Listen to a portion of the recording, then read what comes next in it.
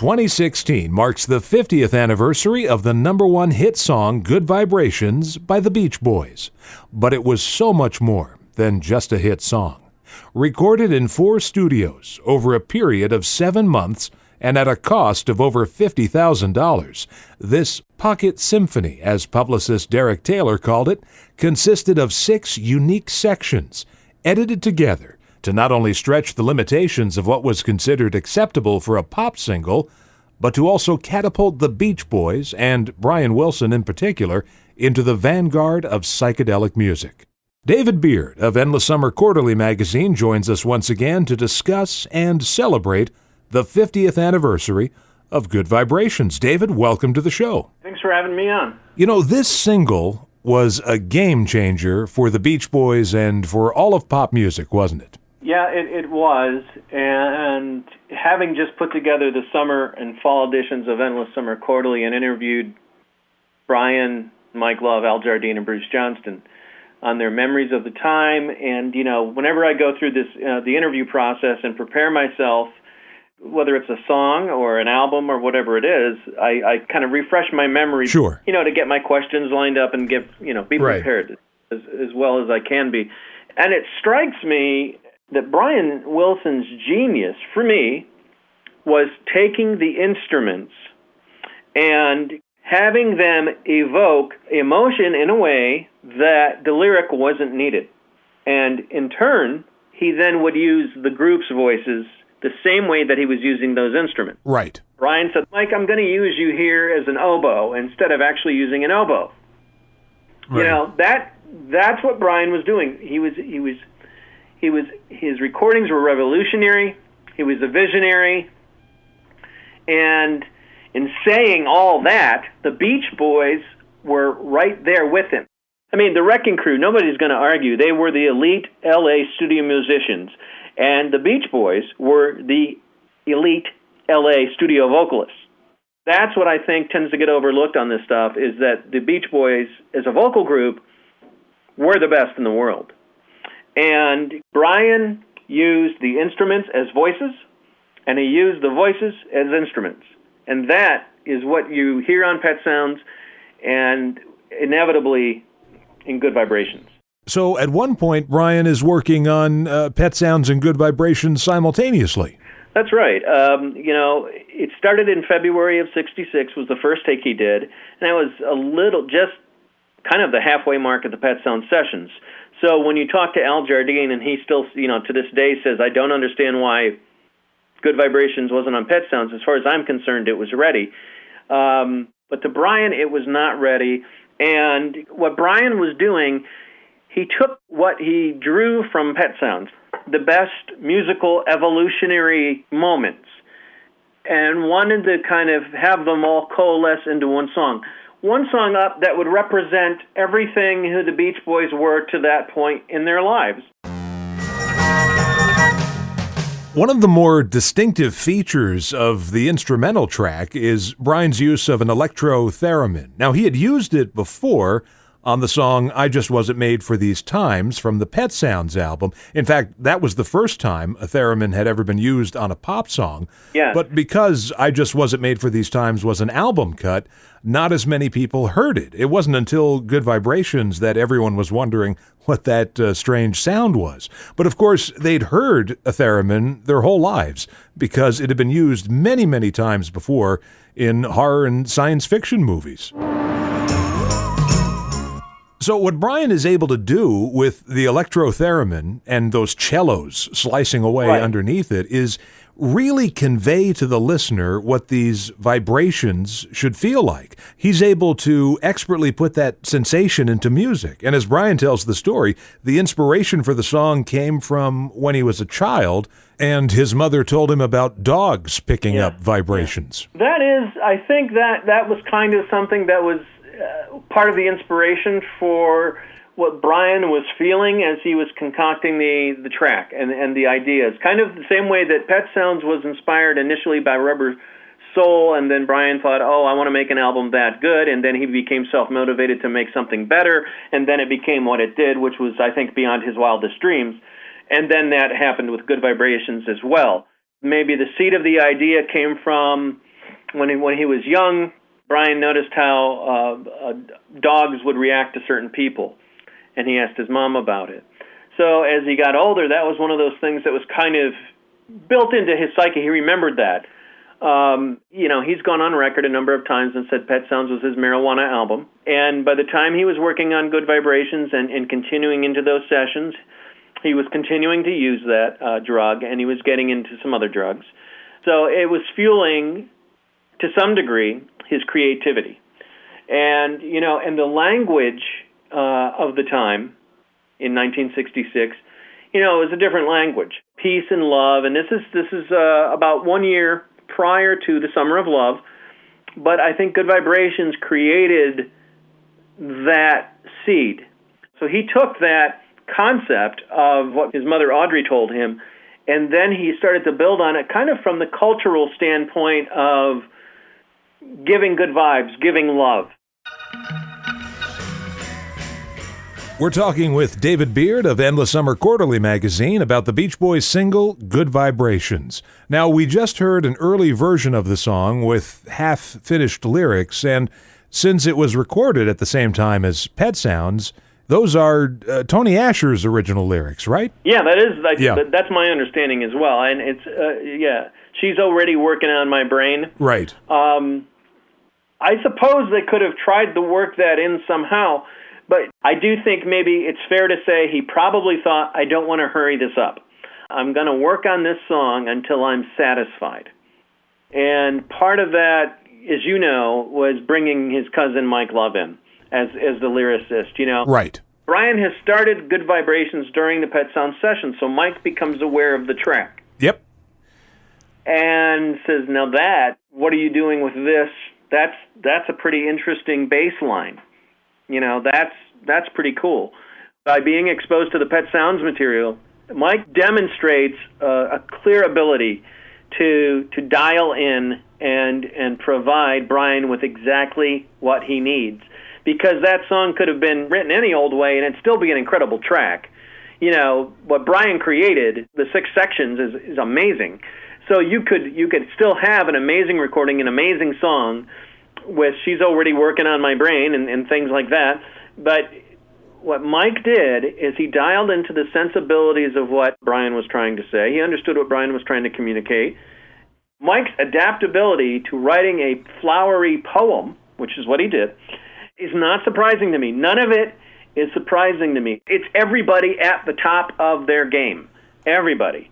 In the brand new summer edition of Endless Summer Quarterly, the fall edition, which just was mailed last week, it's got brand new interview with Brian talking about his collaboration with Mike, and just praising Mike, saying Mike is his favorite collaborator. He never changed a lyric that Mike wrote, and just praised Mike's ability of songwriting when it came to Good Vibration. Well, again, it's a case of everything coming together. I mean, it's a love song, it's a psychedelic masterpiece. It's a pop recording, it's a jazz recording, it's a rhythm and blues recording. Good Vibrations is the type of thing that it's well appreciated, it's very well known, it was a game changer. And if you were to really ask somebody to go back and listen to it now, what I would tell them is just remove all distractions and get the setting and the volume on your, and preferably not do it through a computer. Put on the old 45 or the new 12-inch vinyl and just listen to it and let it come over you and just listen to it in stillness. Because that's really the best way to listen to. We're always in a hurry to listen to things. And that's what I really would suggest to anybody who's a fan of music, let alone a fan of this song or the Beach Boys in general, is to just kind of, when you listen with as much stillness. Just let everything else kind of go away, turn off if you have a phone nearby, turn your phone off, turn the ringer off, just kind of remove yourself from the world and just listen to that 3.5 minute song and really be amazed. Well, David, we've danced around it enough. So why don't we do it? Why don't we play the original mono single of Good Vibrations, released 50 years ago on October 10th, 1966. you can really hear with Good Vibrations, you really hear Brian's total vision of what a pop recording can be. And I think that's why no one has ever replicated it, because it's something, I want to make intricate harmonies, or it's, I want to have a love song with really cool, odd stuff going on underneath it. However, a musician would look at Good Vibrations and try to replicate Good Vibrations, but it can't be replicated. Right. It can't. You're not ever going to capture that moment in time again. That's never going to happen again. And other people will release interesting music, and they have, but it is the pinnacle of Brian at his best. It is the pinnacle of Brian and Mike together at their best. It's everything at its best in one moment in history, and it happened, and we get to hear it. And then when you start to know the history, oh my God, this took 7 months. Right. Oh, wow, he spent how much money? He has how many hours of tape? Because you hear the 3 minutes and 35 seconds, I think it is, and you go, wow, that's just a great single. But when you understand the amount of material that he developed from the recordings, that he was able to fine-tune it. To have a song celebrated 50 years later, well, why? Well, it was a big hit and we all know it. Okay, granted, but it changed the culture. It led to the whole flower power movement.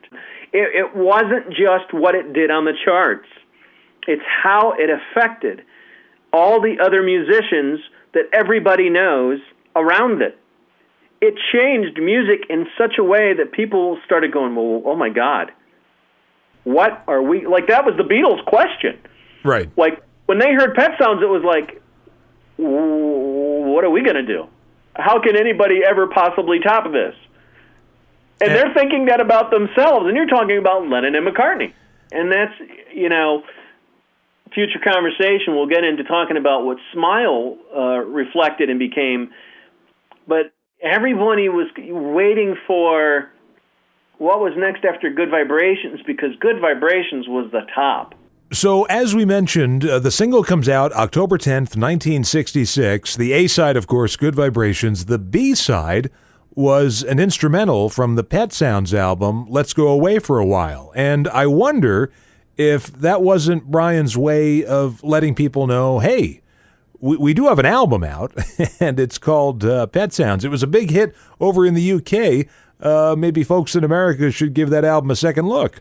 Well, I think that's fair. I also think uniquely, because it was a single-only release at that point, and Brian told me in my recent interview with him that he only ever thought of Good Vibrations as a single and then never thought of it for Pet Sounds. Right. I do think it's a point to Pet Sounds, but I think more purposely for Brian, if you were to listen to the songs side by side, not from the single, but maybe you listen to it on your computer or something like that, where you listen to Good Vibrations, then you listen to Let's Go Away for a While. With the way that Good Vibrations ends, this is like the new romance, and they are leaving. Maybe it's the honeymoon. Maybe it's further courtship. But it's the love story continued. You've turned this into a movie. It's the least I can do. Yeah. And obviously, Capitol, when it came to their singles, we always talk about covers of things. They didn't put as much any thought really into the single picture sleeve. But just for the record, it's 5 little cutout photos of the Beach Boys smiling, overlaid on top of what looks like blurry Christmas lights. And yeah, it's hard to say what that's a story in itself, what's behind there. It could just be like a dark lit picture that didn't come out very well, and so they just left it blurry and then put the 5 images on top. And I wish, and it's just one of those things. Bruce couldn't be on the cover yet or something. I don't know. Yeah, and that's another one of those. Poor Bruce. But you can hear Bruce. He's on it. Yeah, I mean, he's very distinctive in a number of places, particularly towards the end there. Yeah.